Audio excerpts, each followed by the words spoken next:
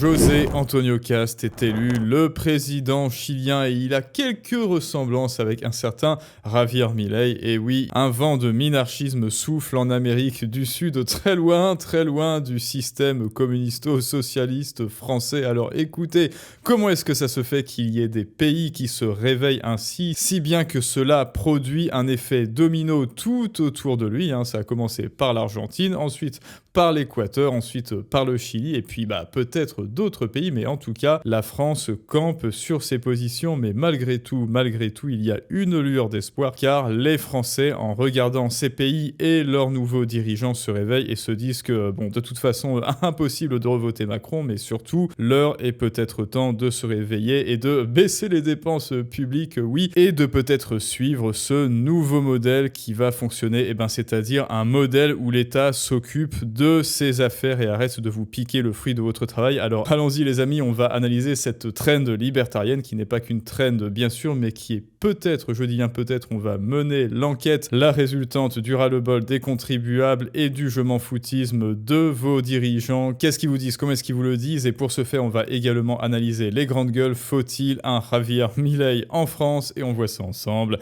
tout de suite. Javier Milei et José Antonio Cast promettaient de vaincre le socialisme en 2022. En 2025, les deux sont présidents de leur pays respectifs. Morale de l'histoire, ne perdez jamais espoir en vos rêves. Bon, effectivement, c'est un doux rêve d'avoir un Javier Milei à la française, mais j'ai envie de dire, pourquoi pas? Les médias ne vous montreront jamais cette vidéo de ce président qui dit, en gros, que la gauche ne produit que des pauvres et adore les pauvres, que ce sont les idiots utiles du système et que forcément, en appauvrissant les riches, vous appauvrissez tout le monde. Vous appauvrissez les riches, la classe moyenne et les pauvres afin qu'il y ait les mêmes champs de blé qui soient coupés bien à même hauteur. Autrement dit, écoutez, la médiocrité, autrement dit, le communisme, n'est-ce pas? Alerte, Javier Milei publie une image du continent sud-américain faisant référence aux pays gouvernés par la droite et par la gauche. Et là, il y a tout de même certaines différences. Alors voyons voir, Argentine, etc. Ah oui, c'est pas mal, effectivement, il y a du progrès, voilà, le fameux progrès. Et là, effectivement, les bidonvilles de ceux qui votent à gauche et ceux qui leur fait voter à gauche leur disent surtout, n'oubliez pas de faire barrage à la haine. Mais bon, après cette petite exorde qui nous montre qu'en Amérique du Sud, rien n'est perdu, loin de là, on va écouter Barbara Lefebvre des Grandes Gueules qui nous dit oui, peut-être qu'il faudrait un Javier Milei en France. Donc elle s'est ravisée, c'est bien. Les emplois publics, c'est moins 35 000. Milei a viré 35 000 fonctionnaires inutiles. Et il l'a bien dit, mais c'est pour renforcer les fonctionnaires utiles. Le régalien. Ça, c'est intéressant. Oui. D'abord, je voudrais juste préciser une chose. Voilà, alors déjà, avant que l'on continue, oui, Javier Milei n'a pas viré tous les fonctionnaires, il faut effectivement des fonctionnaires pour faire fonctionner l'État. Le problème, c'est que nous sommes en obésité morbide de fonctionnaires. Il y a à l'heure actuelle 5,6 millions de fonctionnaires. 5,6 millions de fonctionnaires pour faire fonctionner quoi au juste? Un État qui se fait piquer les bijoux de famille, les bijoux de la couronne au Louvre, qui met en mot de passe Louvre, qui se fait hacker vos informations personnelles au ministère de l'Intérieur, j'en passe et des meilleurs. Enfin bref, qui se fait bisuter par la planète entière parce qu'il croit que plus il y a de fonctionnaires, mieux c'est. Non, moins il y a de fonctionnaires, mieux c'est. Et Javier Milei, écoutez, Cast maintenant très certainement, respectivement, nous l'a prouvé et va nous le prouver. 26 000 agents au ministère de l'Agriculture, juste pour être précis. Il y avait des ministères, il s'était rendu compte qu'il y avait des étages de ministères, le week-end, les fonctionnaires s'en servaient pour faire boîte de nuit. C'est vrai, c'est vous dire. Donc, on en est quand même pas là. Et toi, est-ce que tu fais boîte de nuit avec ton open space, Nicolas? Non. Il y a des ministères, oui, il y a 130, alors pas 130 ministères, comme je l'ai dit dans la vidéo précédente, non, il y a 130 ministres élus, et donc retraite de ministres et indemnité de ministres depuis le mandat de Macron en 2022. 130 nominations, je répète, 130, c'est beaucoup trop, il faudrait, en fait, il faudrait retirer un zéro, quoi. On en est On pas s'en là, rapproche, on s'en rapproche. Bon. On a entendu des histoires pendant le Covid. de soirées et pas seulement pendant le Covid, de soirées assez tardives dans des ministères prestigieux à Paris, c'est des histoires qui circulent. Hein. Voilà. Donc, après, on a le droit, mais c'est de la médecine. Avec les petits fours payés par Nicolas, avec de la musique, avec du Dom Pérignon fourni par l'argent de Nicolas, avec l'électricité fournie par Nicolas, avec des vêtements pour respecter le dress code fournis, subventionnés, sponsorisés par Nicolas, cette même soirée à laquelle Nicolas n'a pas le droit d'aller parce que lui, on lui a dit à la place de porter un masque et il devait signer de sa main une autorisation pour sortir. Et en attendant, on utilisait son argent pour faire des soirées cocktails. Voilà. Est-ce que vous connaissez un seul pays ou une seule entreprise où le sponsor, celui qui subventionne le projet, n'a pas le droit de participer au projet? On a le droit La de se France. détendre. Avec de la cocaïne achetée à la DZ Non, Mafia. j'ai pas dit ça. Je veux juste Ah bah, préciser- moi je te le dis, c'est pas une blague. Je veux juste préciser une chose, on parle Oui, et d'autres trucs un petit peu interdits à base de poudre blanche. toujours Milei, mais faut juste rappeler et informer peut-être les gens, il est docteur en économie. Oui, il a bien été sûr. professeur d'économie bien sûr, pendant ouais. 20 ans à Au-delà du côté l'université. un peu bouffon. Ouais. Donc le côté là, non mais parce que la gauche et extrême gauche aiment bien le ridiculiser.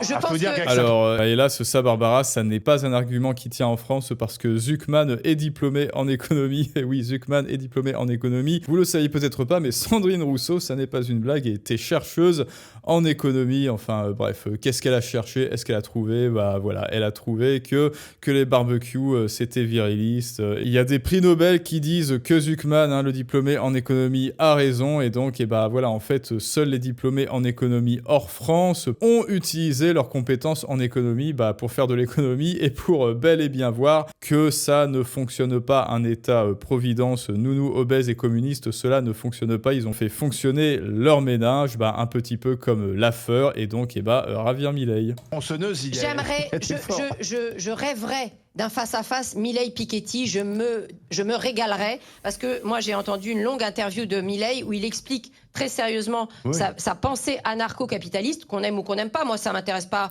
je suis pas fanat de sa vision. Anarcho-capitaliste, non, je pense que c'est plus minarcho, voilà, minarchisto-capitaliste, parce que anarcho-capitaliste, c'est plus aucun État, voilà, vous payez tout, mais c'est-à-dire que vous payez aussi l'armée, donc il y aura plus d'armée d'État, il y aurait des milices, privées. Bon, ça, écoutez, dites-moi, voilà, dites-moi si vous êtes plus minarchiste ou anarcho-capitaliste, mais du coup, il y aurait aussi des tribunaux itinérants, c'est-à-dire que la justice et les tribunaux, là, pareil, ce sera plus l'État, ils seront payés par je ne sais qui. Alors, écoutez, moi, je ne suis pas anarcho-capitaliste, je crois qu'il faut un petit pécule, mais juste un petit pécule à l'État pour la justice et pour l'armée, mais après, c'est tout, voilà, après, c'est tout. Si j'arrive à mettre la main sur la pierre de Bérite, je sais plus trop où est-ce que Griffith a paumé ça, mais bon, il va me le rendre, vous inquiétez pas, et donc j'aurai mon propre pays, et dans mon propre pays, vous ne paierez que ce que vous consommez, et tout sera effectivement privatisé,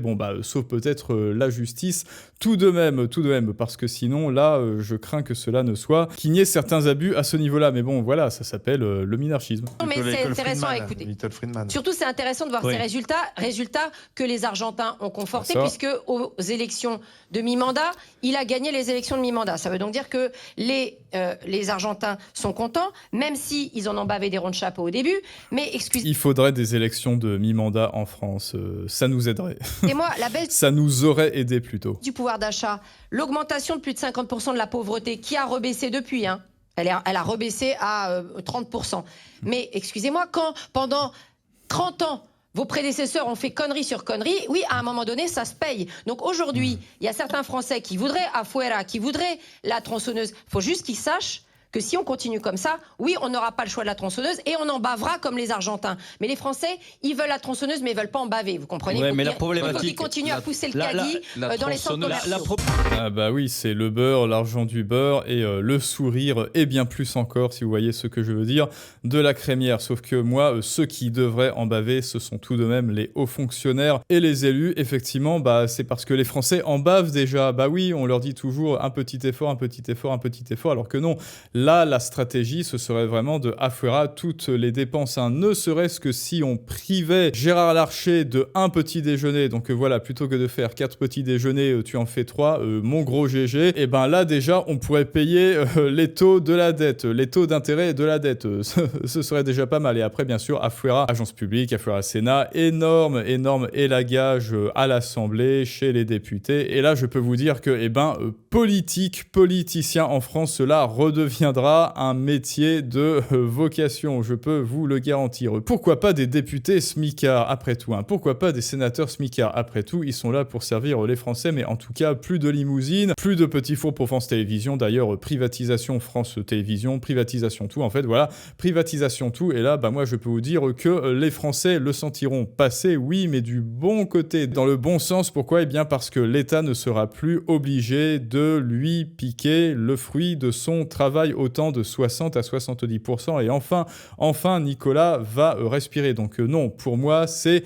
aux élus et aux fonctionnaires de faire des efforts et de se remettre en question, mais étant donné qu'ils ont le choix, eh bien, ils ne le feront jamais. Donc oui, pour moi, il faut une tronçonneuse, ou du moins quelqu'un qui la manie à la tête de l'État. Ce sera déjà pas mal, hein, voilà, ce sera déjà pas mal, parce que oui, un président, c'est bien, mais ensuite, il faut aussi une majorité à l'Assemblée, à moins qu'il passe un certain article qui lui donnerait les pleins pouvoirs, mais bon, écoutez, on n'en est pas là, mais en tout cas, non. Au contraire de ce qu'elle dit, si ça continue, il faudra passer la tronçonneuse. Non, de toutes les manières, il faut passer la tronçonneuse. Ça n'a pas à continuer. Au contraire, Barbara, cela n'a que trop duré. Et oui, effectivement, depuis les années 70-80, les prédécesseurs de ce futur homme ou femme providentiel a fait des conneries. Mais moi, contrairement à certains qui disent « oui, ça va prendre 10 ans, 15 ans à tout refaire », non, moi je pense que cela peut aller extrêmement vite. Les changements positifs peuvent aller extrêmement vite, et Javier Milei en est l'incarnation de cette idée. Et donc, maintenant, c'est à vous de me dire ce que vous en pensez. Les amis, rappelez-vous, il y a des vidéos spéciales exclusives pour les abonnés. Vous pouvez également regarder, visionner la masterclass « Deviens un outsider financier ». Et bien, pour que vous preniez en main sans attendre justement